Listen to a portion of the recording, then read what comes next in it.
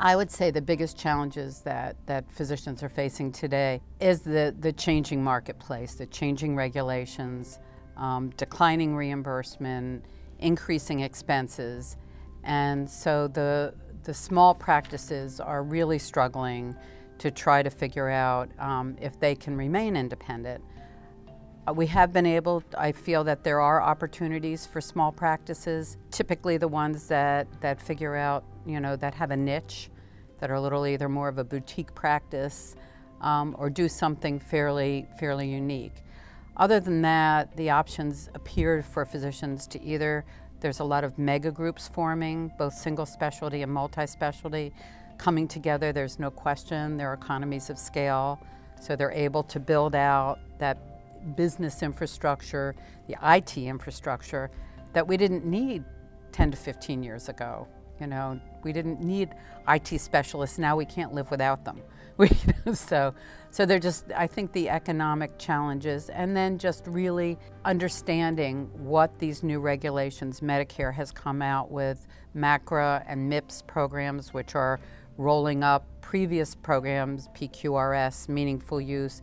These are all things where the physicians have to report on measures so that we can start looking at not just what they're billing, but the quality of the care they're providing and the cost efficiency of what they're doing. So we're calling it the triple aim, but the goal now is, for high quality, low cost, and high patient satisfaction. So the government is coming up with ways of valuing and measuring those parameters, and physicians have to report, and that means they have to have robust IT infrastructures for reporting those measures. So traditionally, reimbursement for physicians has been fee-for-service. So for each office visit, each procedure that they do, there's a CPT code, there's a diagnostic code, and then you put a claim form in. What the government is driving toward now is more of a bundled payment and a pay for performance or pay for value. So that means that there are different measures now that will need to be reported.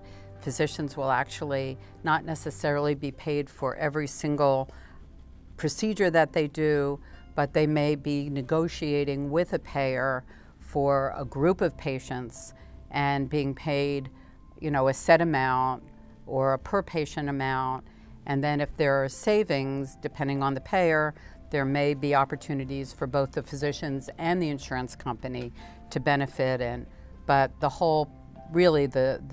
goal is to drive down the cost of healthcare. So the good news is that most of the more robust practice management and EHR systems have very effective dashboards. So on a daily, weekly, almost moment-to-moment basis, we have the ability with our practices to look at different modes of practice from physicians to really analyze their patient base, their payer mix, their collection ratios, their accounts receivable. Those are things that really impact ultimately the success or failure of their business. So that has to be monitored, and it's something we did years ago for practices, that we would go into even very well-established practices that really were only looking at the money they collected at the end of the month and their expenses. And as long as they were able to pay their staff and pay themselves, that was good enough. But now you really have to have benchmarks, we call them KPIs or key performance indicators, that are tracked at least on a monthly basis, and we try to sit down with our clients, who are the physicians and the owners of their business, on a monthly basis to review their financial statements, their KPIs, look at trends in the business, and then plan strategically what they need to do to accomplish their goals. So very much a data-driven business, different than it was in the past. I don't think that Obamacare can possibly completely go away. It hasn't been perfect, but I think we would all agree that there are many people insured today that were not previously insured, and that really is good for everyone. So I think we're just trying to help the organizations continue to build the strongest business infrastructure that they can, because regardless of what comes down the pike, if you have good, sound business operating systems, policies and procedures, and you're operating in a compliant manner from a third-party standpoint, I believe you're going to be able to navigate whatever changes come down the pike. For new physicians, it's a challenge. Many of them, unlike the physicians in the past, are getting out with huge debt. You know, their medical school loans are through the roof.